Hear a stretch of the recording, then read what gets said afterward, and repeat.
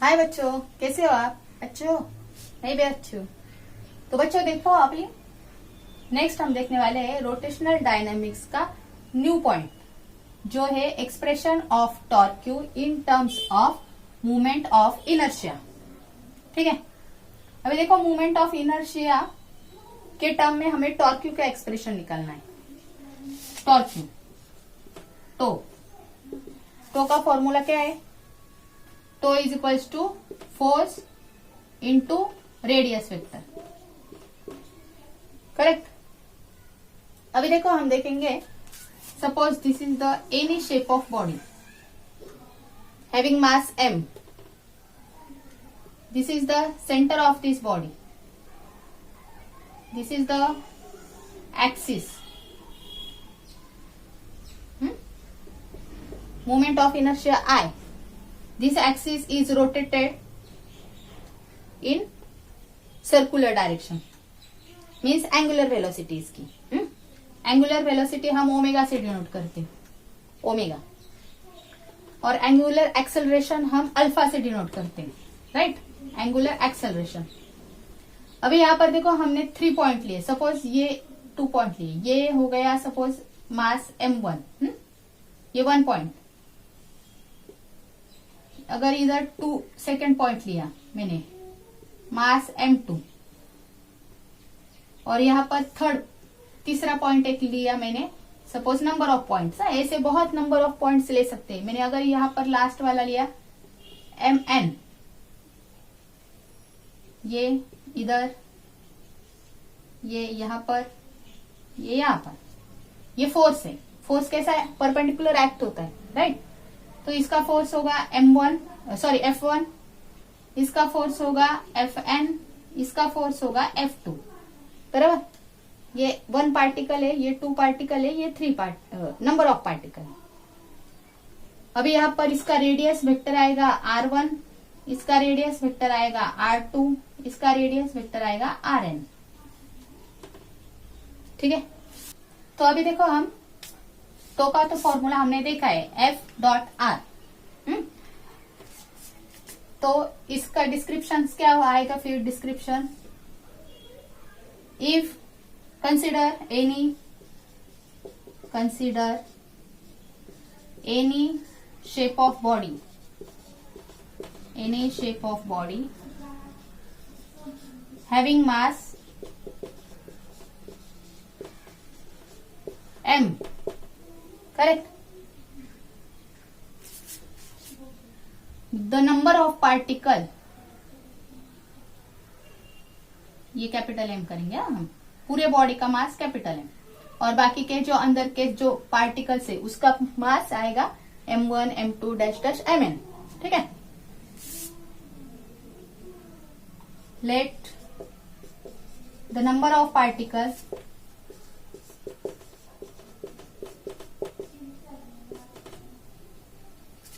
is moving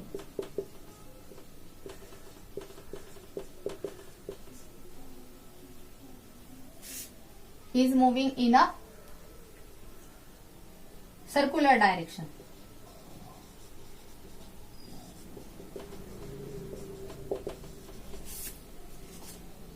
With mass m1 m2 dash dash dash dash mn. ठीक है.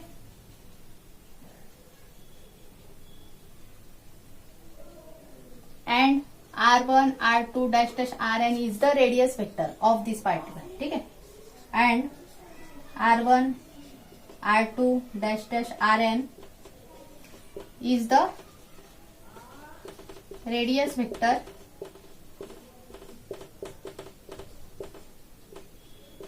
of this particle.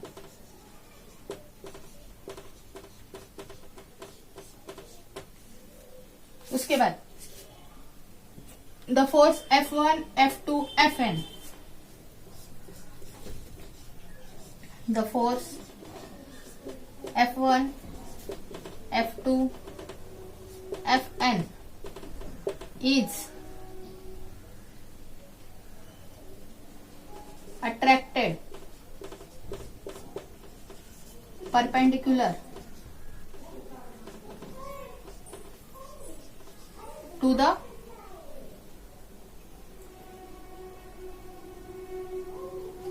Radius vector, right ना। Radius vector को है ना perpendicular,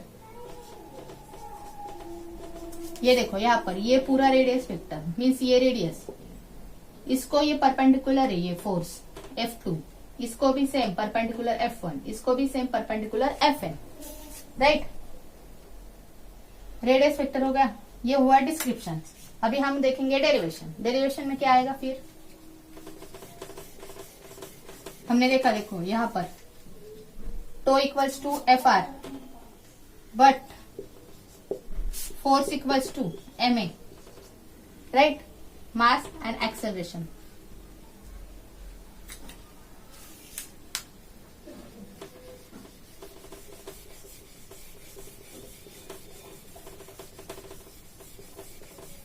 बताओ फिर क्या आएगा, पुट करो इसमें। बट A1 अगर मैंने F1 किया, M1 A1, अभी A मतलब क्या है, but A is equals to R1 alpha,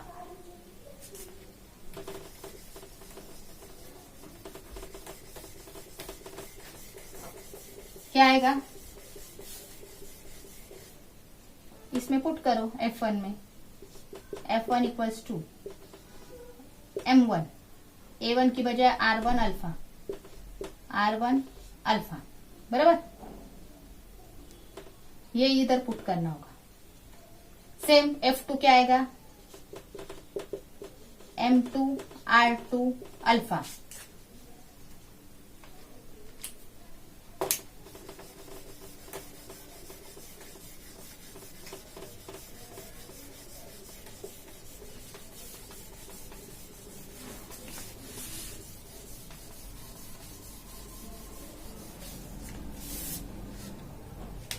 dash dash Fn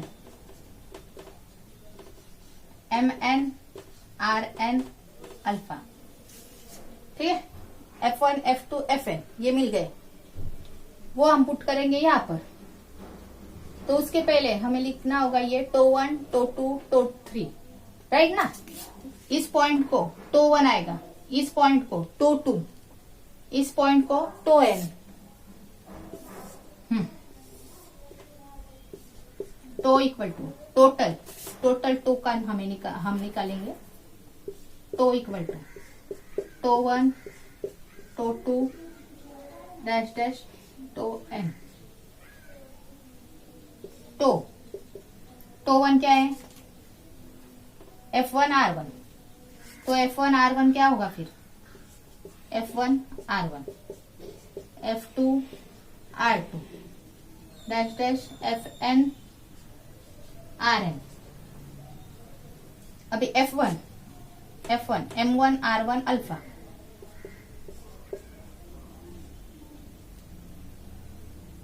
M1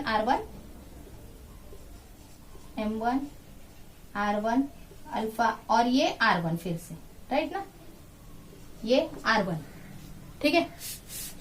same F2 R2 plus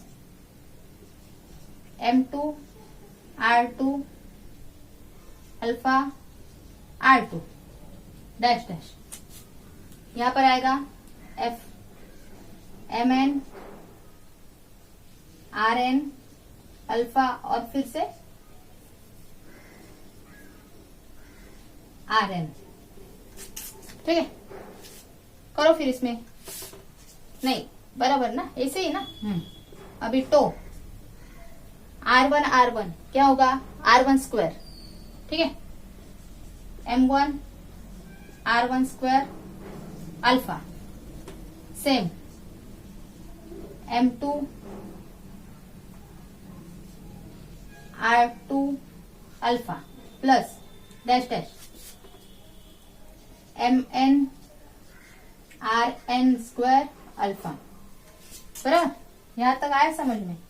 अभी देखो इसमें अल्फा है, तो अल्फा हम कॉमन निकालेंगे, निकालो फिर कॉमन क्या आएगा। तो equals to m1 r1 square m2 r2 square dash dash mn rn square. Alpha common निकालना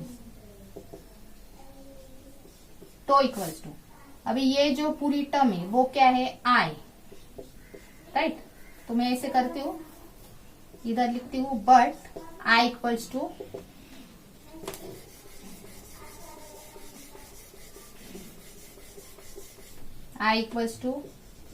m1 r1 square m2 r2 square mn rn square. Put करो इसमें क्या आएगा फिर, तो इक्वल्स टू i अल्फा। ये आया हमारा इक्वेशन किसका, टॉर्क क्यू का, in terms of movement of inertia. Correct, समझ में आया ये डेरिवेशन कैसे आया। ठीक है, तो ये हो गया expression of torque Q. This is the important derivation.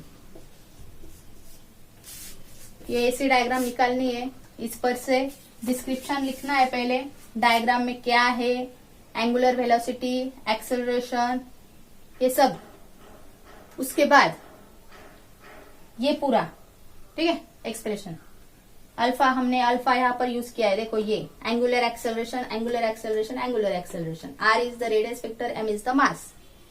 ठीक है, अगर कुछ डाउट है तो कमेंट में बताओ। अगर ये वीडियो अच्छा लगा तो वो भी कमेंट में बताओ।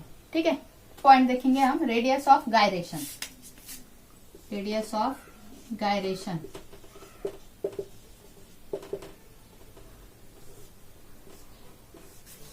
ठीक है। देखो सपोज ये है एक बॉडी, इसका ये सेंटर, इस सेंटर से ये एक्सिस है, एक्सिस पास हो रहा है, हाँ, सेंटर में से।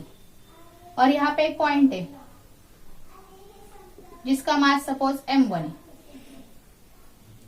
नहीं तो m मास। तो ये जो है इसका जो मास है इस पॉइंट का, तो वो उसके सेंटर से, यहां से रेडियस वेक्टर से कितने दूर है, कम से कम कितने दूर तक है, ये इसका r1 नहीं तो r रेडियस वेक्टर। तो वो हो गया रेडियस ऑफ गायरेशन। मतलब टोटल मास जो इसका है वो उसके रेडियस वेक्टर से, उसके सेंटर से रेडियस वेक्टर उसका कहा कितने दूर तक है, टोटल जो एवरेज, उसका एवरेज यहां से लेकर यहां तक कितना है, तो वो हो जाएगा रेडियस ऑफ गायरेशन। ठीक है, तो क्या आएगी डेफिनेशन बताओ। The total mass, total average mass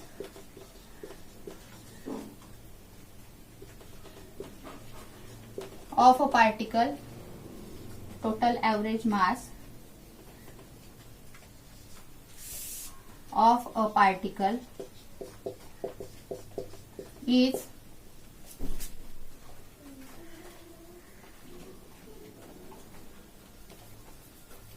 mass of a particle from its radius vector, from its radius vector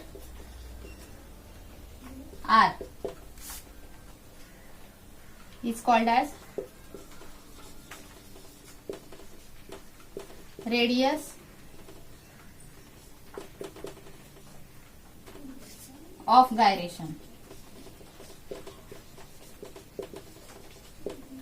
ठीक है, radius of gyration, the total average mass of the particle from it radius vector is called as radius of gyration. समझ में आया radius of gyration. ये definition 1 marks के लिए पूछी जा सकती है। ठीक है बच्चों, अगर समझ में आया तो कमेंट में जरूर बताओ। ठीक है, अब मिलते हैं नेक्स्ट वीडियो में। बाय।